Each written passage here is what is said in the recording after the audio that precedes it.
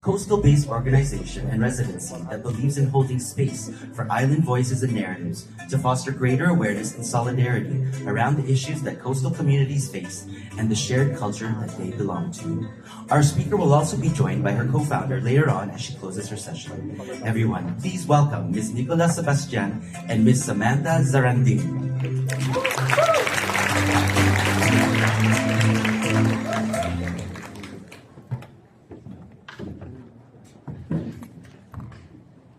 How to listen to an island.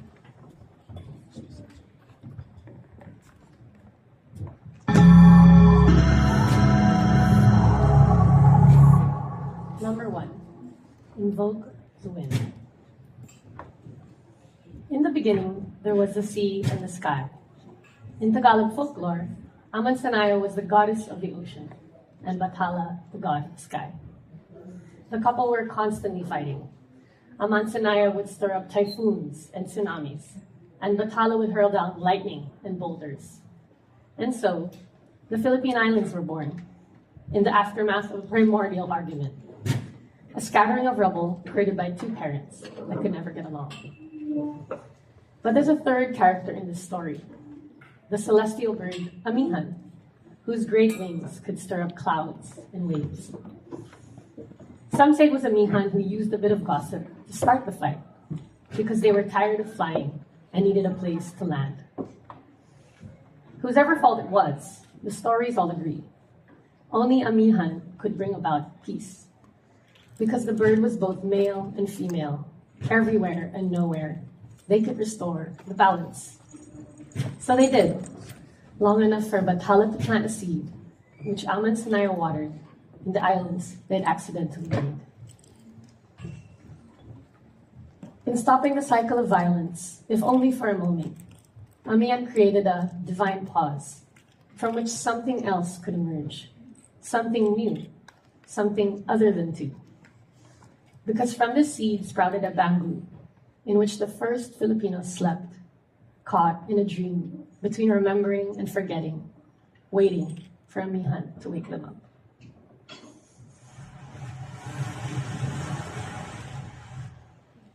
Two, follow the water. How does one begin to tell the story of 7,641 islands? Which island? Which community? Which species? Pull at a single thread and a multitude spills forth, impossibly interconnected. The Philippines is the beating heart of the Coral Triangle, home to the most species of marine life in the world. We host 2/3 of the world biodiversity, and half the species living on our islands are endemic, meaning they're found nowhere else on Earth. We're also abundant linguistically. We have more than 110 million people speaking more than 175 languages. One man attempted to catalog these islands through photography. Dean Worcester was an American zoologist who joined the early colonial expeditions to go birdwatching. His photographs of the people he encountered were featured in the November 1913 issue of the National Geographic magazine. But what started off as curiosity morphed into an obsession with categorizing Filipinos according to degrees of civility. A tall man, he often stood next to his subjects like a measuring stick, creating a visual narrative that said that the Filipino was less because she was small. It was as if abundance was this problem that needed straightening out. Benevolent assimilation, the Americans called it. But if we want to make sense of the Philippine archipelago, instead of trying to control it, maybe we should try to think like it instead. The word archipelago, after all, takes its meaning not from the islands themselves, but from the waters in between them. So, I decided to follow the water. From the Verde Island Passage, known as the center of the center of marine biodiversity, to Tubataha, an underwater mecca in the middle of the Sulu Sea, I came to understand that life and land in the Philippines is shaped by movement. So much life flourishes in our waters because geographically, the Philippines is itself a gateway. Here is where the Pacific Ocean, the West Philippine Sea, the South China Sea, and the Indian Ocean meet. Here is where no island is the same, each coming with its own unique origin story. This geological complexity, this mingling of tropical and subtropical oceans creates an ecological overlap, a crossroads of biodiversity. The first ones to think with the archipelago were post-colonial Caribbean writers, led by the Martinican poet Edward Glissant.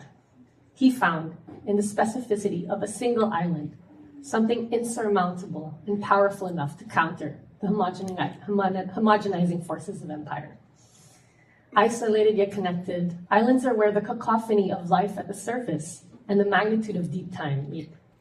They reveal our evolutionary history, but they also show us the collective future of our species. For Glissant, the archipelago was a call to action. Following the water promises not answers, but a question, one that will keep unfolding, flowing, and swirling like the ocean itself. It invites us to attune ourselves to what is already there, not by keeping count, but by keeping time. It asks us, in other words, to listen. For me, it's been a journey that's turned my whole world upside down.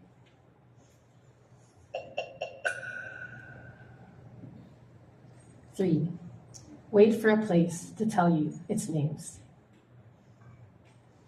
On the islands of Batanes in northern Philippines, the Ivatan named themselves the ones who drifted. Two great currents, the Bashi and Malintang channels, have shaped their islands for millions of years. And so, for the past thousands of years, the Ivatan have shaped their lives accordingly. Every summer, in the pause between the ending of one monsoon and the beginning of another, the Ivatan begin their fishing season by performing the Kapay-Vanuvanua, a ritual making of a port. The port, or vanwa, isn't a built structure like a wooden pier. It's a crevice in the reef, a stretch of white sand, a limestone cove, a point from which the revered Matao fishers can launch their rowboats. In other words, a way out into the ocean and a way back home. It's a portal between land and sea, between the seen and unseen, between that which is inside of us and that which we call the world outside. Vanwa is a place, provisional yet sacred, around which the community itself gathers. But Vanwa is also the Matao themselves, working all summer long to bring home enough arayu to feed their families when the bad winds come. They become a society all their own. And so, by calling place and people by the same word, the Ivatan render the two inseparable from each other.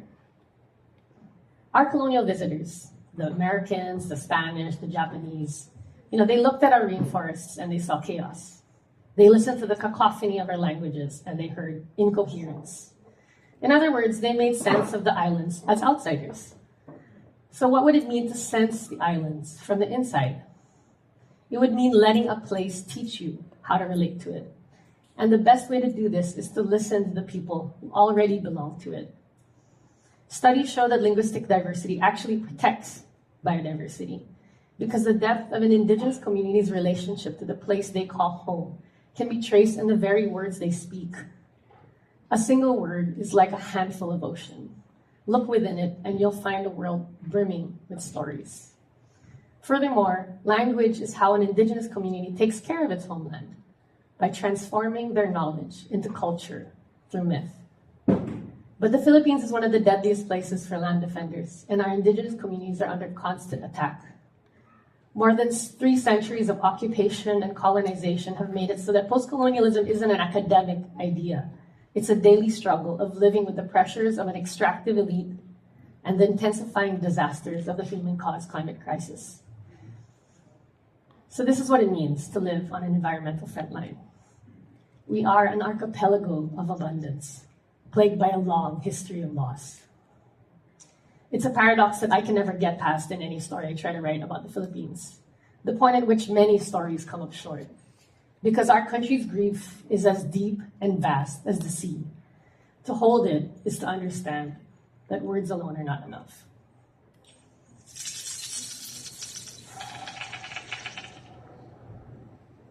Makipagkapwa, sing the cacophony. What if stories aren't just words on a page, but also the shapes and patterns we make as we move through the world?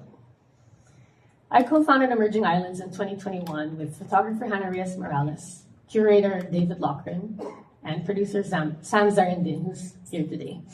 to hold space for our community of Filipino artists, some of whose images and artwork you've actually been seeing today. And the experience has taught me how the singular vision of every artist can help shape a collective understanding of the islands we call home. Because their work expresses the creative spirit of our islands, that spirit which is world building, because the world is always building itself. Our community brought us to Mount Kalatungan in Bukidnon, which is one of the last old-growth rainforests in the Philippines. An island of wilderness amidst a sea of plantations. It's protected by the cultural communities of the Talandig Manobo. One of them is the Kulahi, a group of young performers led by the queer shaman or bailan, Datu Arayan. Kulahi means shout in their language, and this is how they defend their land, by telling their own stories, creating new myths. Datu Arayan wants to share their indigenous spirituality with the world, but he can't do it alone. A constellation of artists answered their call, led by the photographer Gab Mahia. We gathered in their tribal home to co-create a myth centered around Cristal, who is discovering her destiny as a bailan, even as she's coming into herself as a transgender woman. But as we witnessed Cristal's transformation, what we didn't expect is that we'd become part of the story too. Despite the seas of differences between us, Datu Arayan saw in each of us a sangka, an echo of one of their divinities. I was a spiritual descendant of Apu Mulan Ulan, who is the keeper of all the wisdom in the universe. We held our grief in one hand, our hope in the other, and in the space between, we were held in turn. In giving us a name, Datu gave us a place in their midst, so that we too could unfold, raise our faces to the open sky, and join our voices to the Kulahi's cry. We had become an archipelago all our own. You see, this is the story of our islands, our relationships, the web of care and kinship we spin for ourselves in the absence of formal structures. It can be summed up in one word, kapwa. Mostly invisible, once in a while, a moment comes when the whole thing resounds with the deep dance of an archipelago that has never been colonized and has always been free. For far too long, I believed in the myth of a solitary writer, solving the world's problems from her lonely room. But the islands themselves beg to differ. A cacophony of voices beckoning from outside my window, urging me to open the door and vanish into the night. I don't know, maybe it was Apu Mulan all along, calling out to me with hair so long it grows into roots, watching the world with 1,000 eyes that refuse to look away, telling me that I wasn't alone, and I never have been.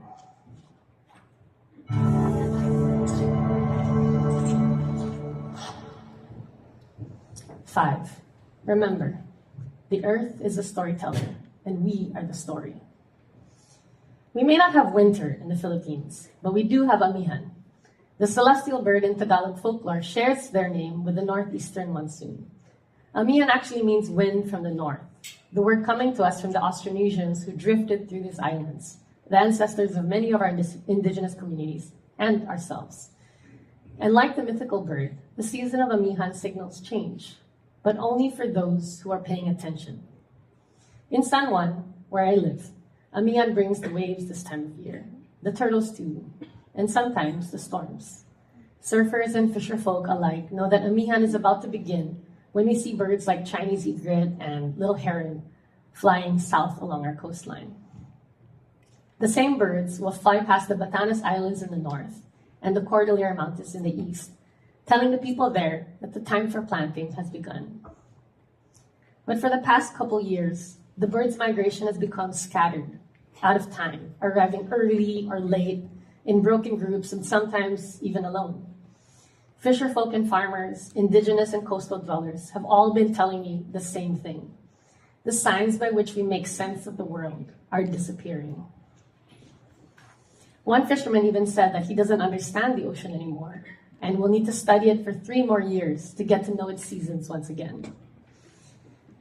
If myth can be described as a sensing into the deep patterns enacted by the earth, it kind of makes me wonder, are we the storytellers or the story?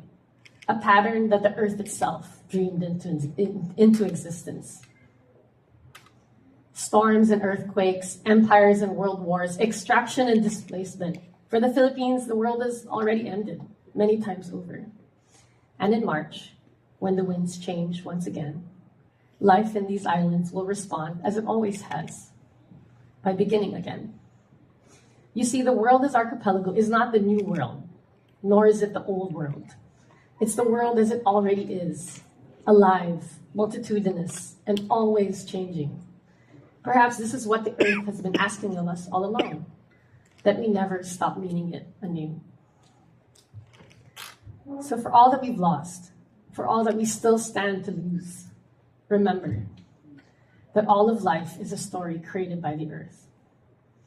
Remember that ours is a story still unfolding, like an island emerging from the sea, deeper, vaster, and truer than we will ever fully know.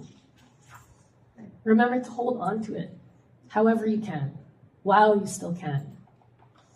And as the world burns and shakes and floods, birthing itself anew, remember to listen. Thank you.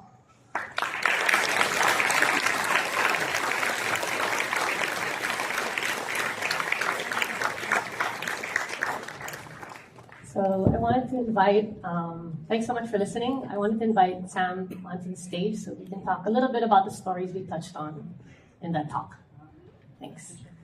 Come on in, Sam. Hello. Okay. Thanks, Nicola. Yeah. Hi, everyone. Oh, this is not useless, but whatever. Thank you. And hi, everyone. I'm Sam. As Nicola mentioned, I'm creative producer for Emerging Islands, and also I head the operations for our organization. So I just want to start by talking about the projects that we do. So to start, we have a project that was supported by the Columbia Institute of Ideas and Imagination. Sounds Like La Union was a community listening journey we developed in collaboration with sound artist King Puentespina, environmental community worker Celso Hukutan, convener for the Hiraya Collective for the Blind, Eva Wang, and members of the La Union Youth. You see, the goal of the workshop was to listen deeply to the biodiversity, stories, and daily rhythms of our home in order to produce audio tracks that evoke what it's like to live in La Union. So first, we facilitated a listening expedition to the mangrove forests of Bawang, which we visited over and over again for all of our projects. These fisher folk used to be commercial fish farmers, but today they are the stewards of the mangrove eco park. We engaged in deep listening, which is the practice of trying to hear more than what we usually hear. It's the sounds we never notice or maybe even always ignore. We listened to the stories of the fisher folk and how the fish are getting smaller and more scarce. Sometimes they catch nothing at all. So King taught the participants how to gather field recordings, and over the course of several weeks, they collected the sounds of La Union, the rhythm of daily life, the noise of the coastal highway, and even interviews with neighbors. One participant gathered sounds and stories from the city public market, which actually burned down, unfortunately. We gathered these sounds into a community sound archive. So after that, King then taught them how to layer the sounds to make a soundscape or a portrait of a place painted with sound. He made one too, and the soundscapes they made evoked a place shaped by both natural forces and human-driven change. We shared these at the listening event at Mebuyan's Vessel. It's an outdoor artwork by the Filipino artist Leroy New, which also serves as a gathering place on the beach. To deepen the story, we distributed the free zine as well, which included some of the stories we gathered, as well as exercises on deep listening. So now we want to invite you to listen to a quick soundscape that King made for the project. You want to close your eyes, it's nice. Yeah.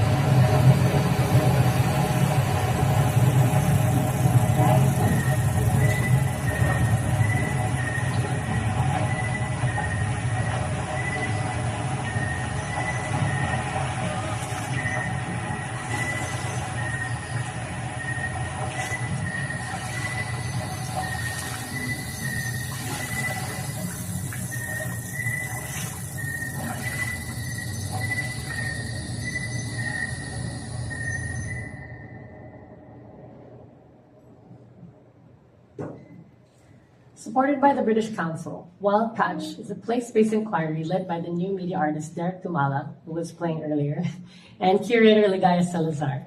It's an exploration of the power and symbolism of weeds, vis-a-vis the practice of foraging. We spent a month exploring landscapes with communities that still practice foraging as a way of life. They share their knowledge of the local flora as we visited a mangrove forest, a mountain, and a riverbed valley. We came to understand that despite the pressures of climate and capitalism, biodiversity manages to thrive, however tenuously, because it's tended by the communities that depend upon them. In fact, we also learned that many communities didn't actually think of any plant as a weed. Depending on the context, each of them could prove useful, whether it's food or medicine, or even maybe poison. In particular, we were drawn to a community called Apoplas, which is the name of the sandpaper-like leaf used for polishing wood. We designed a foraging workshop in collaboration with the elders of Apoplas, especially Barangay Captain Marcelino Perez Jr., to invite members of our La Union community, including surfers, entrepreneurs, artist activists, and students, to share in the living ecological wisdom of this community. Then Derek Tumala created a menu out of our foraging for a tasting dinner. The gathering served also as a space for the participants to reflect on the stories and sensations gleaned from that foraging workshop and brainstorm on how to integrate these into their own creative projects or otherwise. The menu featured dishes such as pickled damortis with wild mint chutney, damortis being a kind of mangrove tree we saw at Bawang.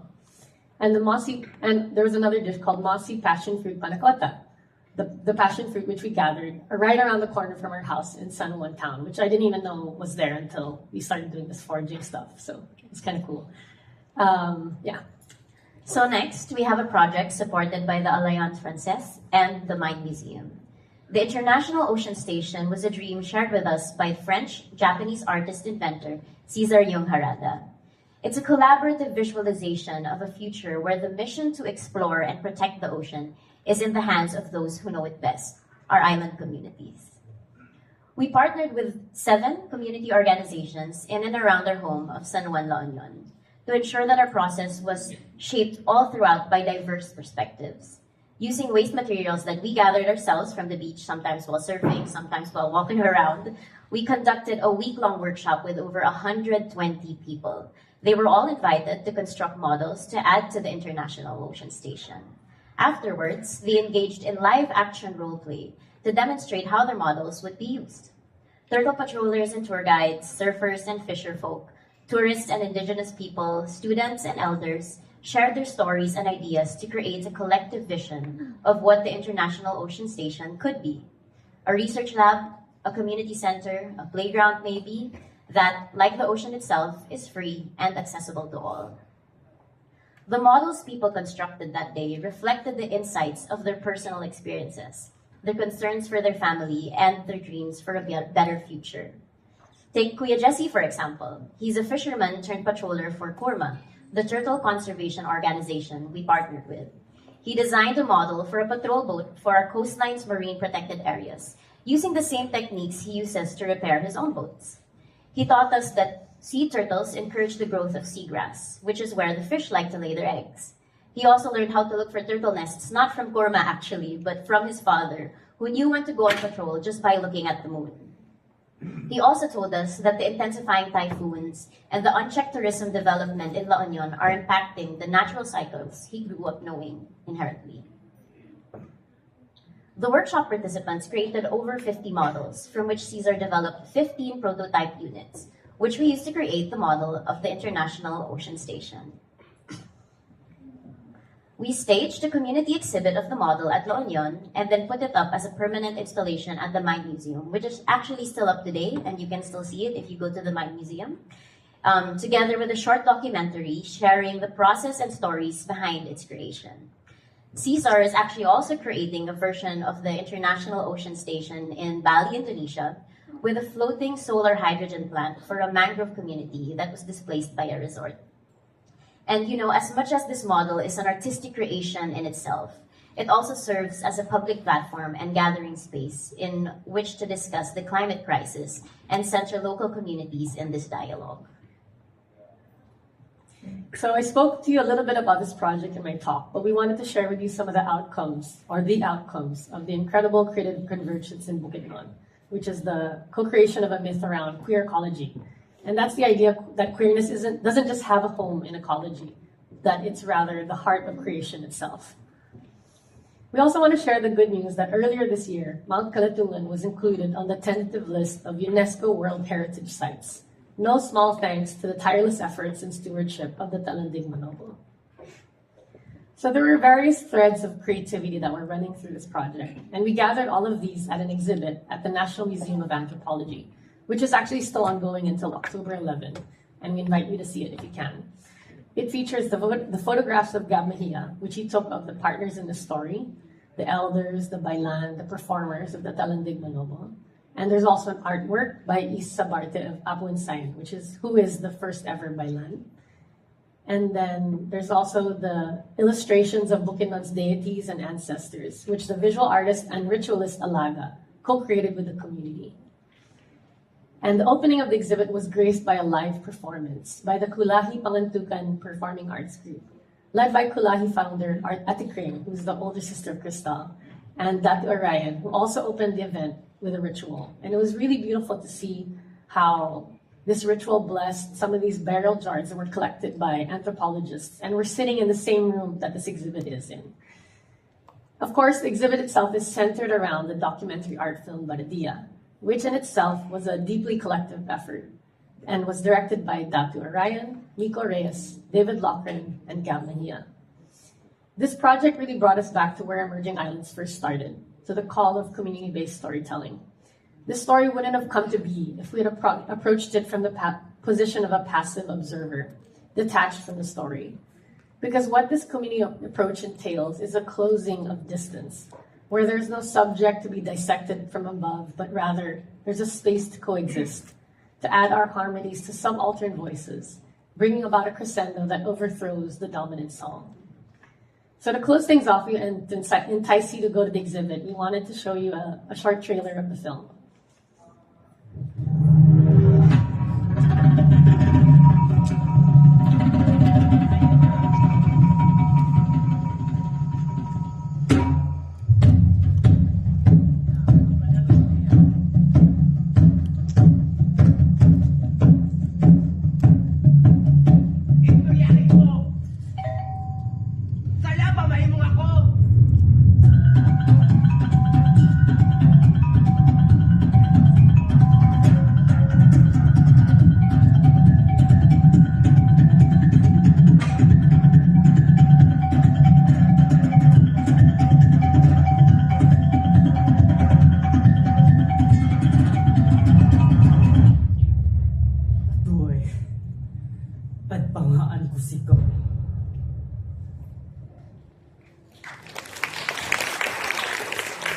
Thanks everyone. Thank you, everyone.